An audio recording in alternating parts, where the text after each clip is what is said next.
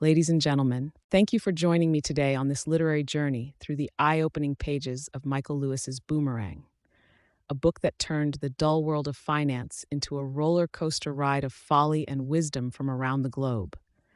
We're about to embark on a whistle-stop tour of the top 10 insights that this work of nonfiction flamboyantly flings at us.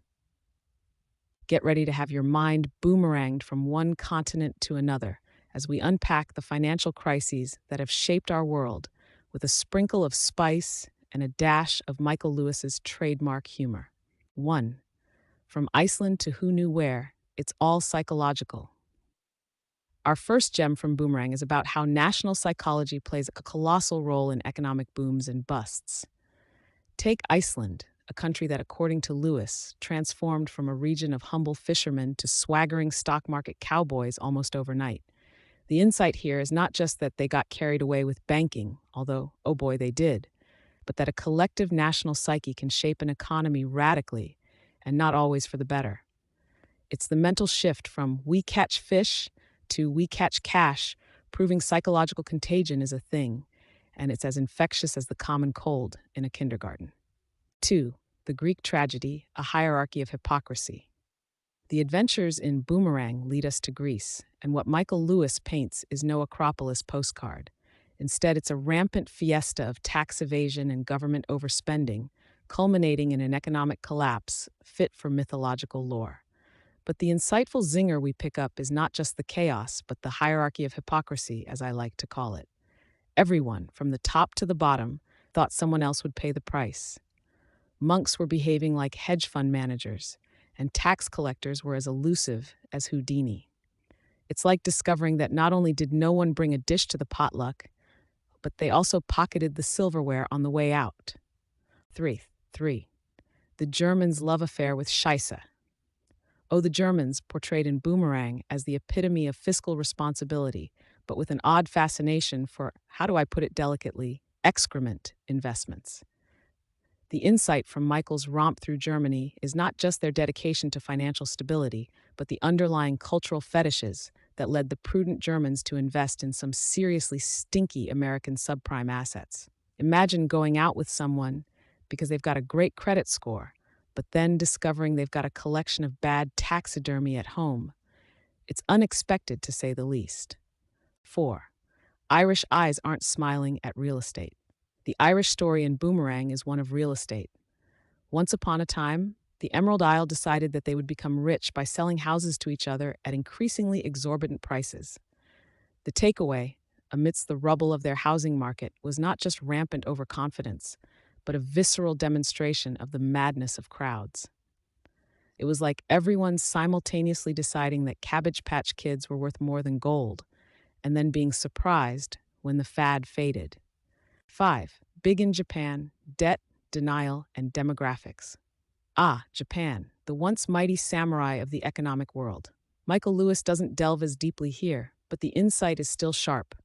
The Japanese economic stagnation, a combination of prolific debt, a rapidly aging population, and an impressive national talent for denial, serves as a cautionary tale.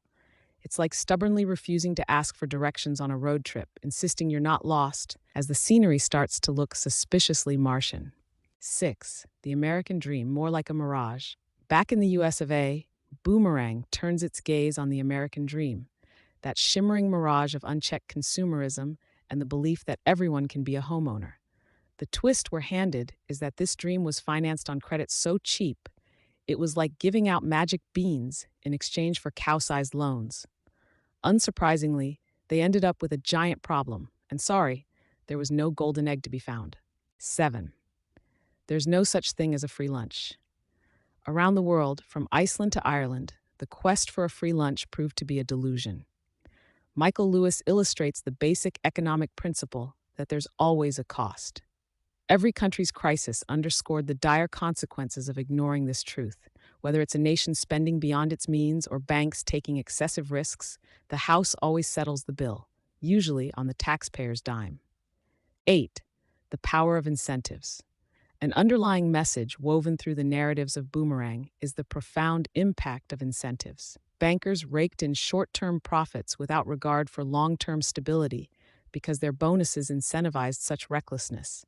Politicians ignored burgeoning deficits to win elections, economies kept expanding and won their voters' affection. It's the age old adage you get more of whatever you reward, from fat dogs to fat debt. 9. The illusion of control. In one calamity after another, Boomerang shows us that those steering the ship often have less control than they think.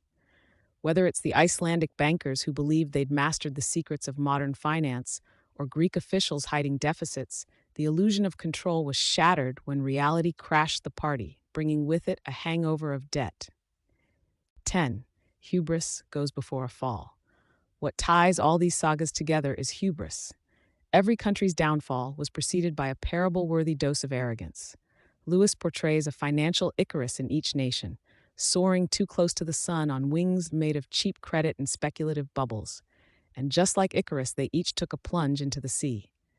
There you have it, a world tour of economic foolery, courtesy of Michael Lewis's Boomerang. It's not just a story of financial instruments gone rogue, it's a narrative of human nature, a witty, insightful, and cautionary tale that shows how the pervading wisdom of our age may be just as fallible as the soothsayers of old. We've laughed, cringed, and perhaps shed a single sophisticated tear for the global economy.